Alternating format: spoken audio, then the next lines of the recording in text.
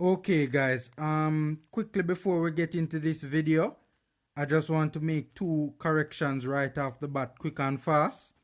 I had said in the video that I don't see anything unreasonable about these figures put forward by the JFF.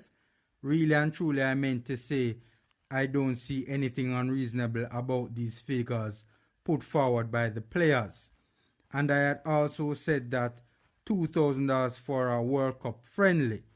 I meant $2,000 for a World Cup qualifier. So I realized these mistakes after I finished editing the video.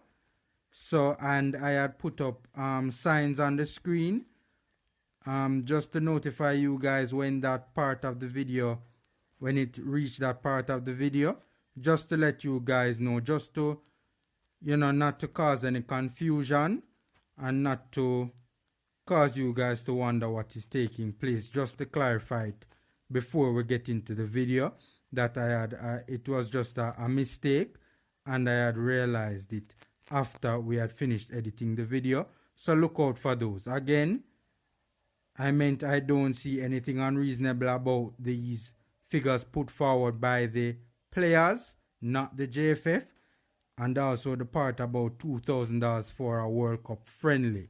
I meant World Cup qualifiers.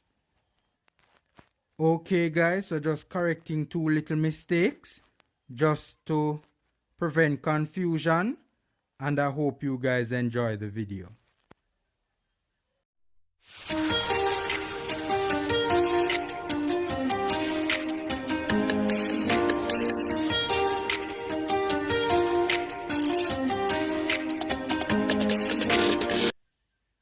Okay, good day guys. Good day again to you guys. This is the second video I'll be dropping today because it just came to my attention that the Reggae Boyz have released a press statement to the media, right? Seeking to clarify its position in the JFF negotiations, because apparently they think that there has kind of been some misunderstanding. So I'm going to read the press release for you guys. Members of the Jamaica national senior men's football team, the Reggae Boyz, have sought to clarify their position as the deadlock between themselves and the Jamaica Football Federation in their wage negotiations continue. In a release issued on Wednesday, the players dismissed what they described as sentiments that their demands are excessive and pointed out that their requests are not limited to remuneration. And Kemar Taximan Lawrence would have pointed out that in the interview with Simon Preston, but also involve governance and welfare issues, right?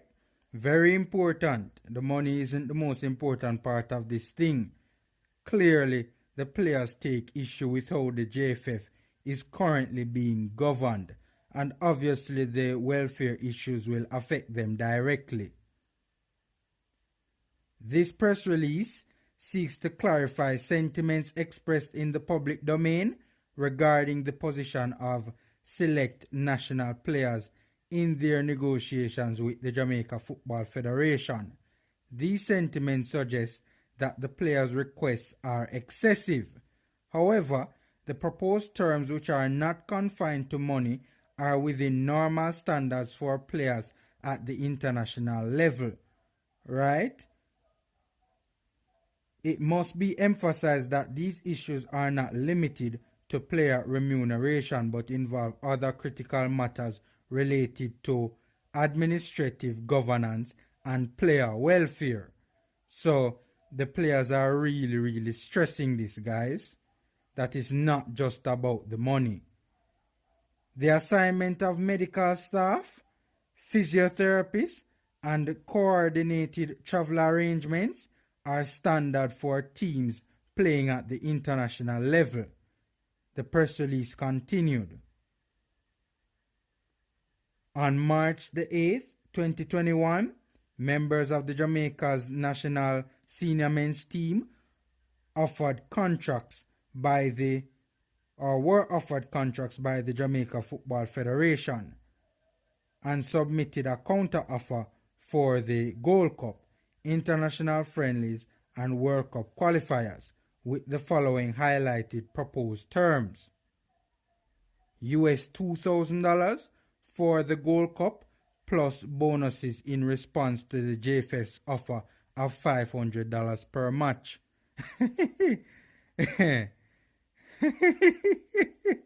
Merciful Father, man. $500 per match. The JFF really and truly seriously offered that to the boys. Man, I don't believe that. That is a joke, man. Whoa.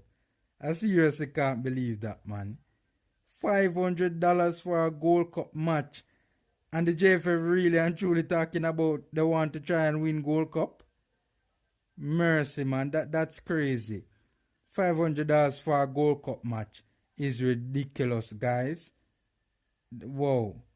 US $3,000 plus bonuses for the World Cup qualifiers in response to the JFF's offer of $2,000 per match.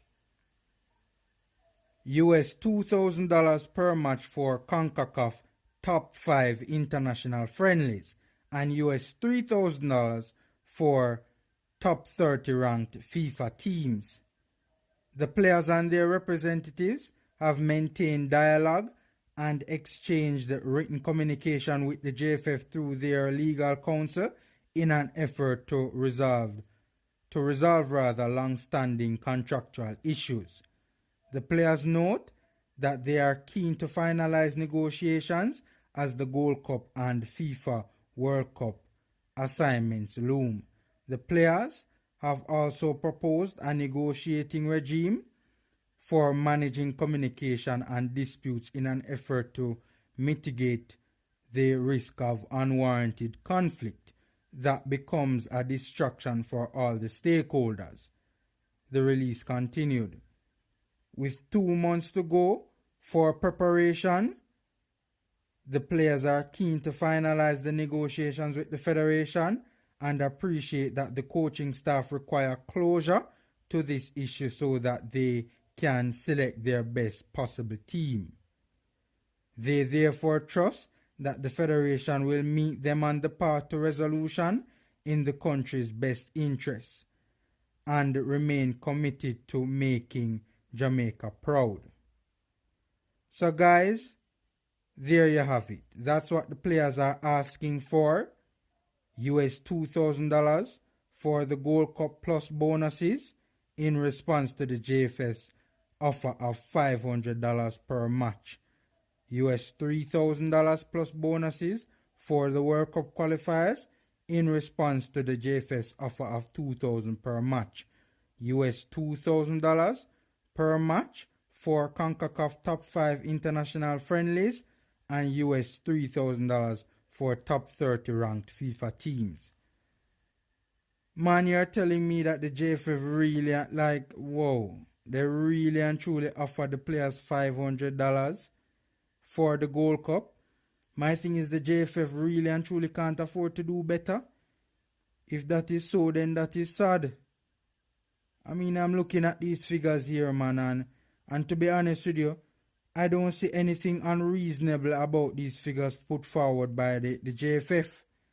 And what is concerning me is that the players are clearly, or in my opinion anyways, putting out all of this because apparently this thing is at, it has stalled. That's what I'm getting from all of this, that the negotiations have stalled. So it seems to me as if the JFF isn't even accepting this. And these are very, very reasonable figures from the boys. But it seems to me that the JFF not even accepting this. Whoa, I mean, I am very, very concerned now, because if the JFF is not accepting this, I really and truly can't see the boys go, and I think the boys are putting this out now to show everybody that, hey, these are the figures, these figures are reasonable, and really and truly I think the boys are trying to to make a statement that really and truly we're not going any lower, we're not taking any lower than this. And truth be told, I don't blame them. To take $500 for a Gold Cup match is ridiculous. Right? I mean, the $2,000 for a World Cup friendly is bad. It is. Right? And even $3,000 that the boys would have counter offered is extremely reasonable. But the figure that really stands out to me here is the $500 for a Gold Cup match, man.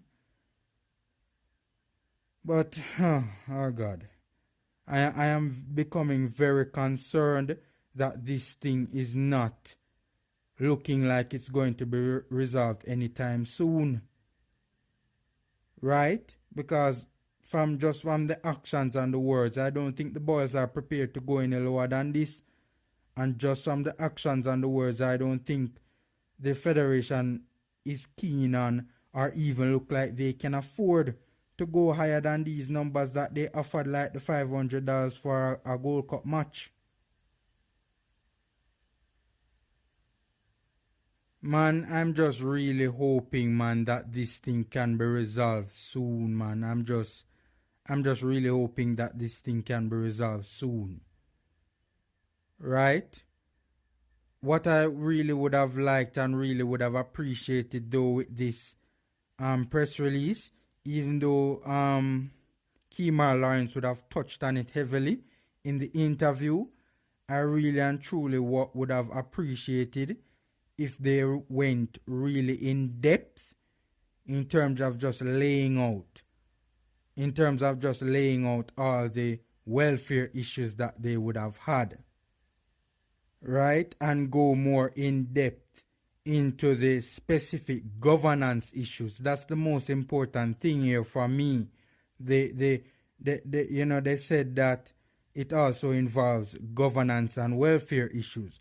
So I would love for them to have gone more in depth into both the welfare and governance issues, but especially the governance issues, to really lay it out to the public exactly what they take issue with in terms of governance and welfare issues, but especially governance issues. And remember, we the public can see that there are governance issues, but the players would know much more than us.